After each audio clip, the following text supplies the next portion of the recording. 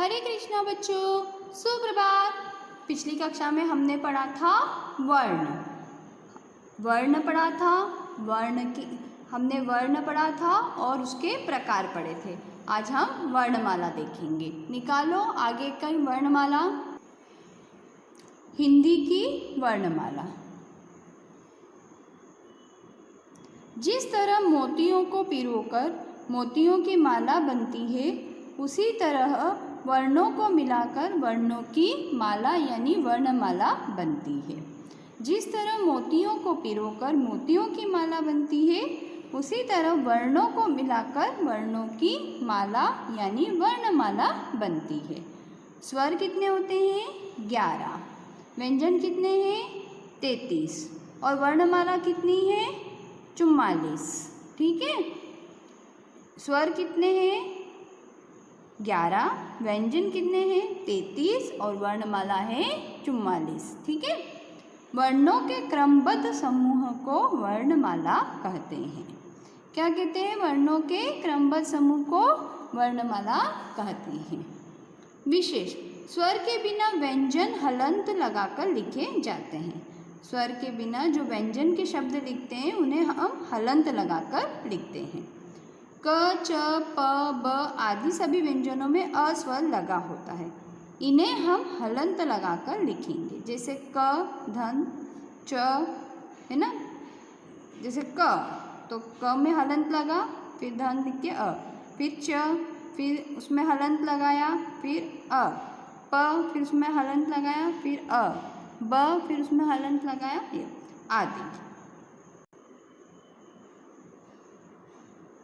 संयुक्त व्यंजन क्ष, त्र, ज्ञ, श्र को हिंदी भाषा में संयुक्त व्यंजन माना गया है।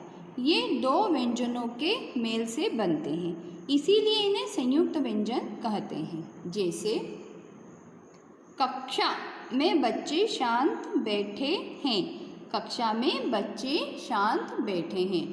क्ष, क, धन, क्ष। साधु त्रिशूल लेके खड़ा है।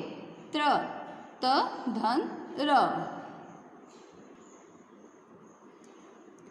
ज्ञानी के पास ज्ञान का भंडार है। ज्ञ, ज, धन, ण्य। किसान श्रम करते हैं। श्र, श, धन, र। अनुस्वार और अनुनासिक। अभी हमने पढ़े हैं संयुक्त व्यंजन, अब हम पढ़ेंगे अनुस्वार और अनुनासिक। मम्मी जी मेरे बालों में कंघी कर दो। दादाजी चांद कितना चमक रहा है। बच्चों, आपने ऊपर वाक्यों में कंघी शब्द में बिंदी, लाइन के ऊपर मतलब शब्द के ऊपर बिंदी, और चांद शब्द में चंद्र बिंदु चिन्ह देखे हैं। यह चिन्ह अनुस्वार और यह चिन्ह अनुनासिक चंद्र बिंदु कहलाता है। ये अनुस्वार कहलाता है और ये अनुनासिक चंद्र बिंदु कहलाता है। विशेष अम, आहा वर्णों को अयोगवाह माना जाता है। ये न स्वर होते हैं न व्यंजन। ये ध्वनियाँ अ स्वर पर लगती है। जैसे कड़क, कक्कड़, प्रायः, कंकड़, प्रायः आदि। ड़, ढ दोनों वर्णों को अतिरिक्त व्यंजन कहा जाता है।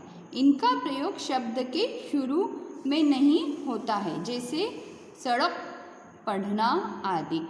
ये शब्द हमेशा पहले नहीं होते, ये हमेशा बीच में या आखिरी में होते हैं। आओ पाठ दोहराएं। मुंह से निकले ध्वनियों से ही भाषा बनती है। वर्ण भाषा की सबसे छोटी ध्वनि होते हैं। वर्ण भाषा की सबसे छोटी ध्वनि होती है। वर्ण के प्रकार स्वर और व्यंजन। स्वर में किसी अन्य वर्ण की सहायता नहीं ली जाती है। व्यंजन स्वरों की मदद से बोले जाते हैं। स्वर और व्यंजन के योग से वर्णमाला बनती है। क्ष, त्र, ज्ञ और श्र संयुक्त व्यंजन होते हैं। बच्चों, आपको जहाँ तक मैंने ये पाठ पढ़ाया है आपको पढ़ना है ना, और समझना है। इसका आगे का अभ्यास हम अगली कक्षा में करेंगे। धन्यवाद।